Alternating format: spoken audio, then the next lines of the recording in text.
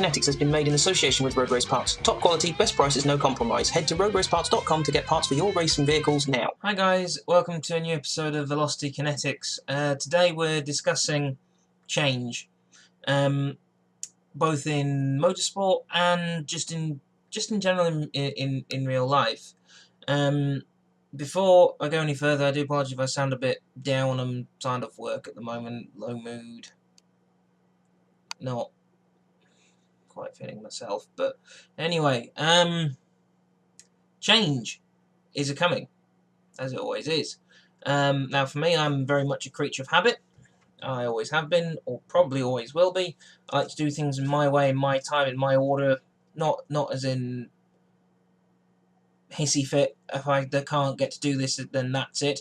I just like to know what I'm doing. So, for instance, I would prefer to get up at a certain time every day, providing I can sleep that long, which, different story, different video, but suffice to say, that is a struggle at the moment, as in getting enough to even stay asleep to get up at the time I want to get up.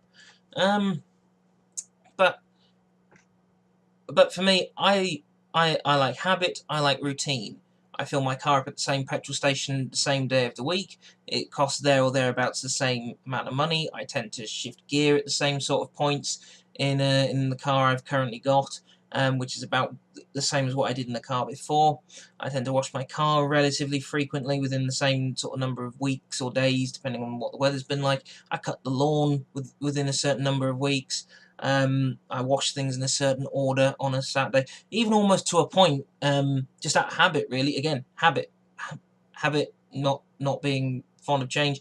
When I go to work, I tend to wear the same shirts on certain days, more because the order went into the wardrobe more than anything, so it just so happens it looks like on a Monday, I always wear the same shirt on a Monday. Don't know why, just do. Just seems to happen that way. Change is not necessarily a good thing, but it's not necessarily a bad thing. It depends on what the change is for. If it's change for change's sake, like a lot of organisations seem to do, and governments, then it's very, very bad. It's a piss poor decision, piss poor planning. Triple P. Not Triple P from NCIS New Orleans, which starts next week. Looking forward to that. But there's two different sorts of change. There's change that makes sense. There's a good change. There's change that's needed. And there's change for change's sake. So, for instance, change for change's sake, that would be the equivalent of, I'm just trying to think, that would be the equivalent of Formula 1, well, some of the changes of Formula 1, to be honest, but that would be the equivalent of Formula 1 adding more DRS zones because there were a couple of dull races. That was change for change's sake. Some of those tracks are always dull. There needs to be a change other than to the DRS zones. Or change for change's sake. You go into a car dealer, there's a new sales manager, so all the people in the sales room suddenly become really pushy about a sale because that's what the sales manager likes. That's a change for change's sake, rather than the laid-back approach that may have been before.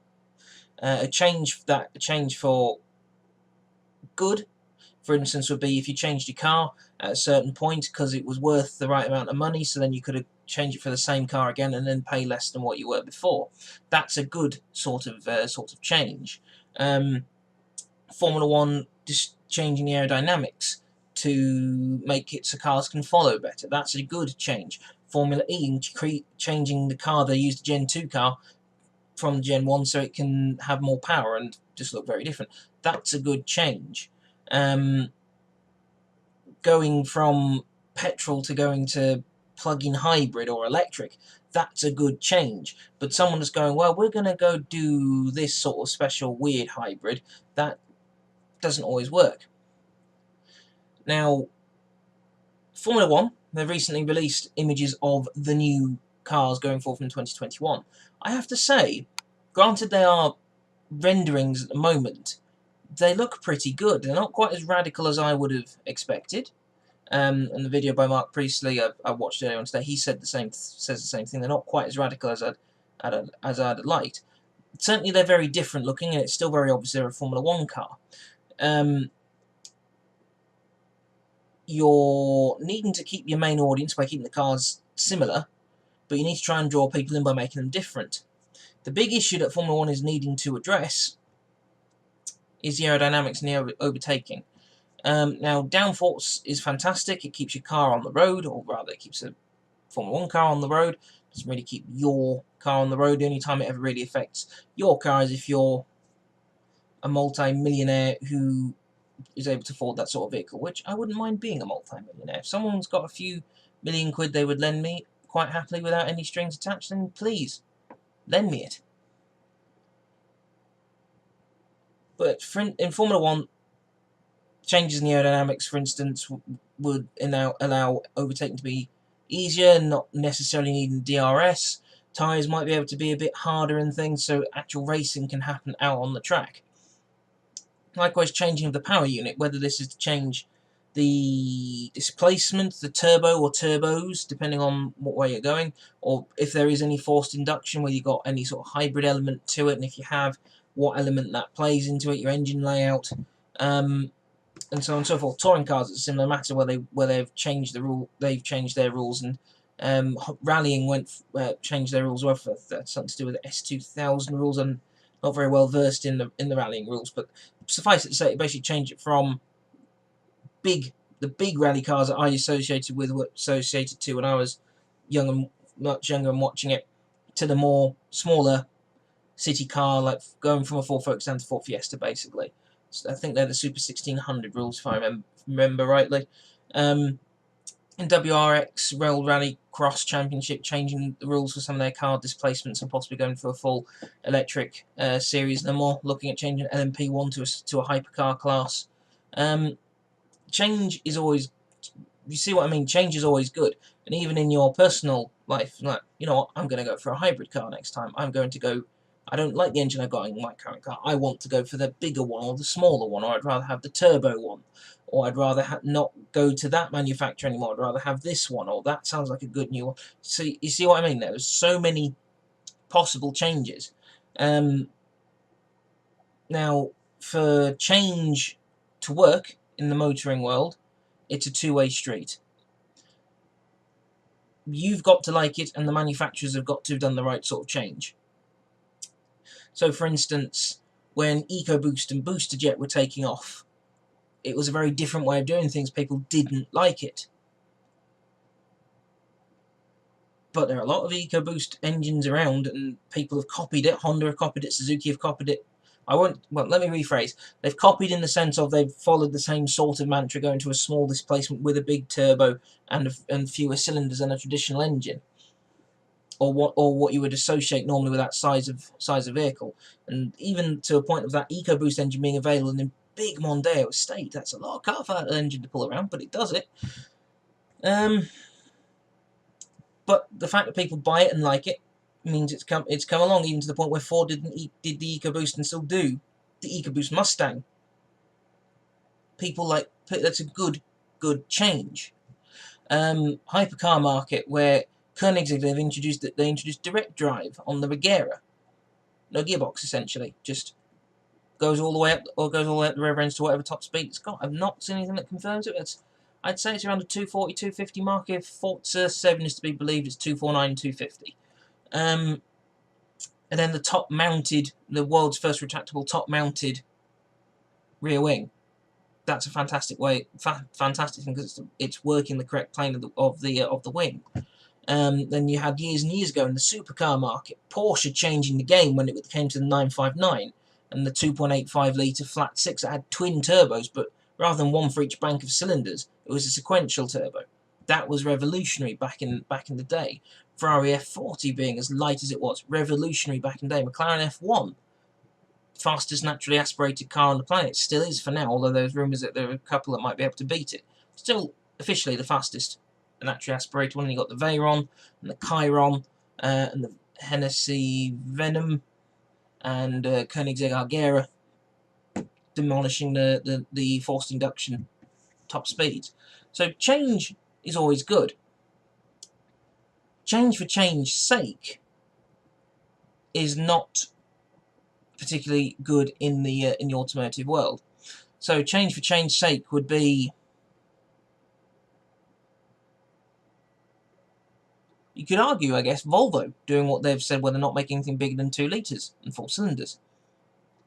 Now, the Swedes are very economical, very conscientious when it comes to that sort of thing. So there will be some good thought behind it. But they're the only manufacturers ever really announced that. Jaguar and Land Rover have announced something similar, but Volvo were very, very early. Granted, though, Volvo have been on quite an impressive streak recently.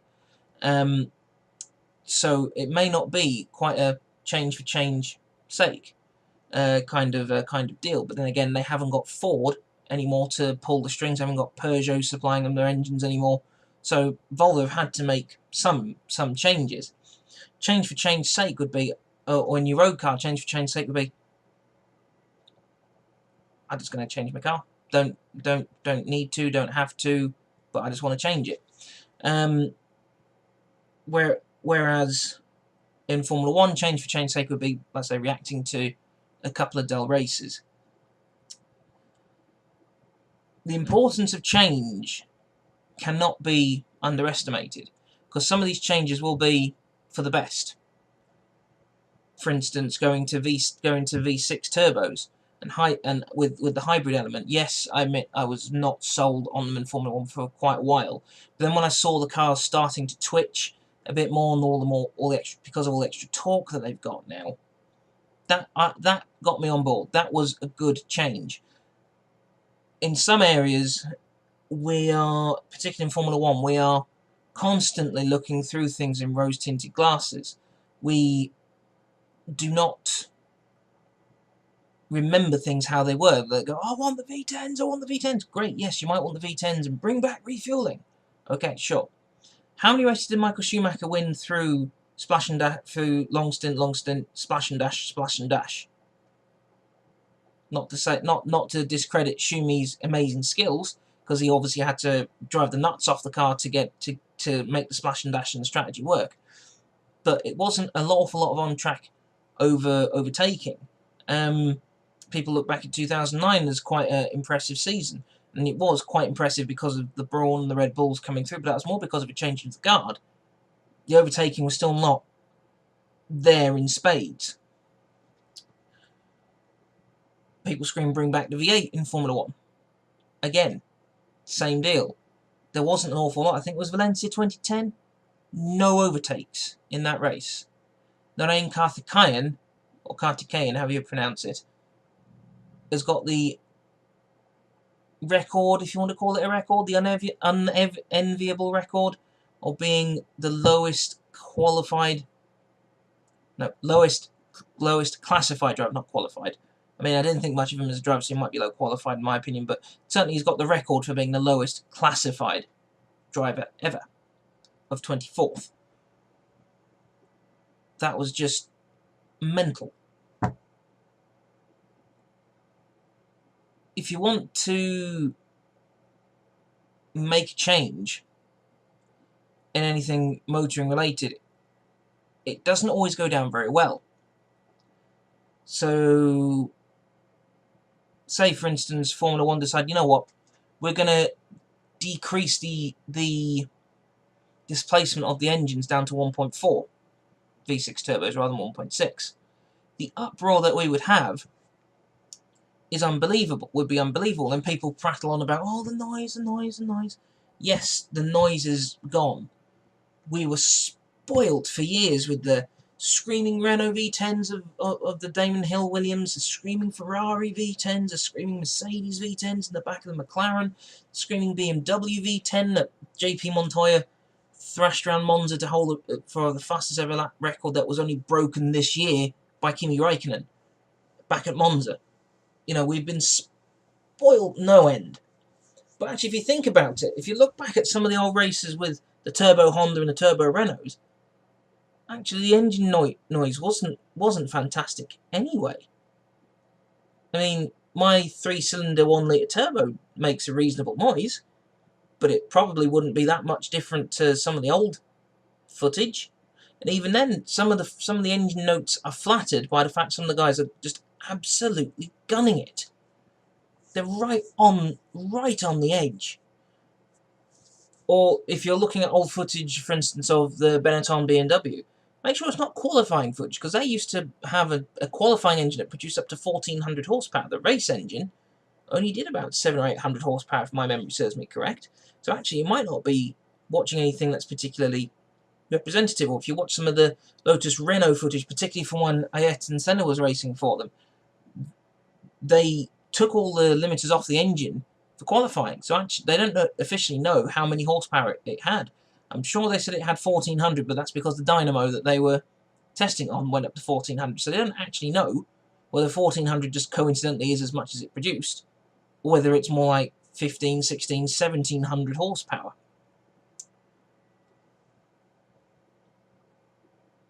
You may not like, change happens wherever you go, and you've got to be prepared to react to it.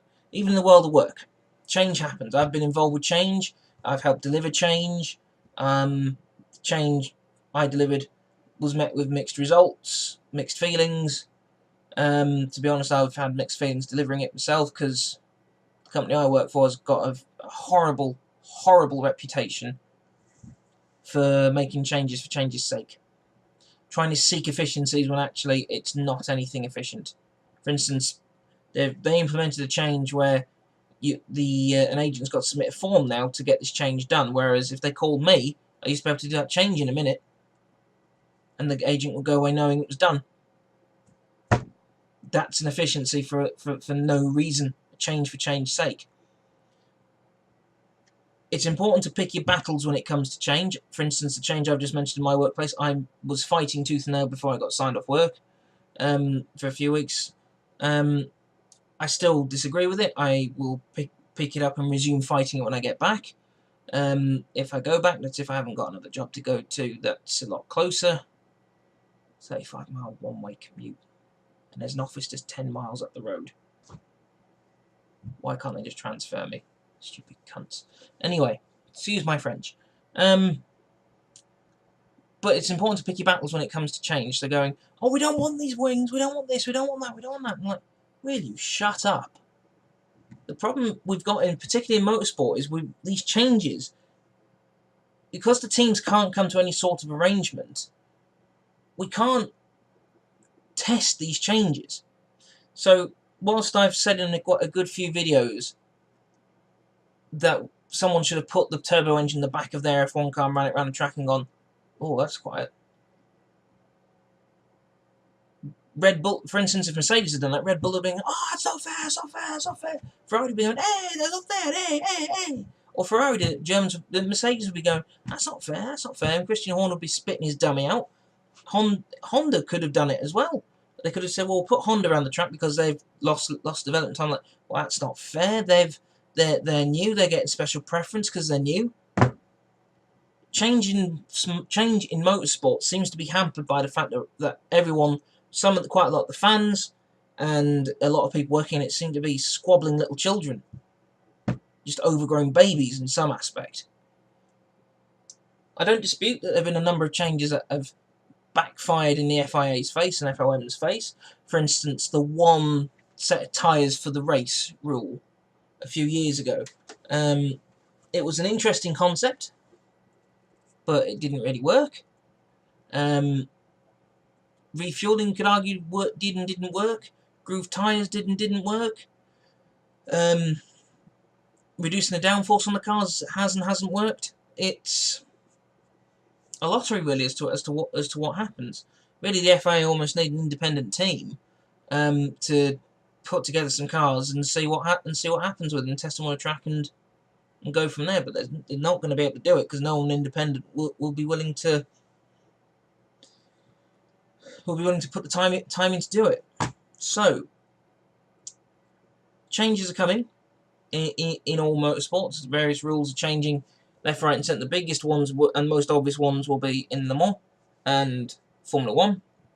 Formula 1 will be more obvious because of the effects it has day to day, or which I say week to week, because of the number of races that they do in demonstration events. I'm looking forward to seeing what they do. I must admit, I'm not completely sold on the 18-inch tyres, but then again, the little cotton reels that we currently run on, they're not really that relevant to the road. I mean, even my car's got 16-inch wheels and they run on 13s in Formula 1. So my little £13,000 hatchback, it's got bigger wheels on than the Formula 1 hub. So, they need to up the game. I think it's trying to think who's got the. I think it's only a Nissan Micra probably, or something that ilk has got wheels that small. Ford EcoSport maybe, Ford Cap maybe, VW Up maybe. Sort of cars of that Seat Me and Skoda Citigo probably will have, although they're almost the same. Citroen C1. So actually, even if you just look at the wheel, this the wheel hub size. Formula 1's only relevant to the tiny, tiny, tiny, super, super, super mini element of the market. So we'll have to wait and see. The engine rules, I hope they stay same-ish. Yes, they need to find a way of cutting the costs on them. Making them more reliable, yes, might help, because they're not having to build them as often.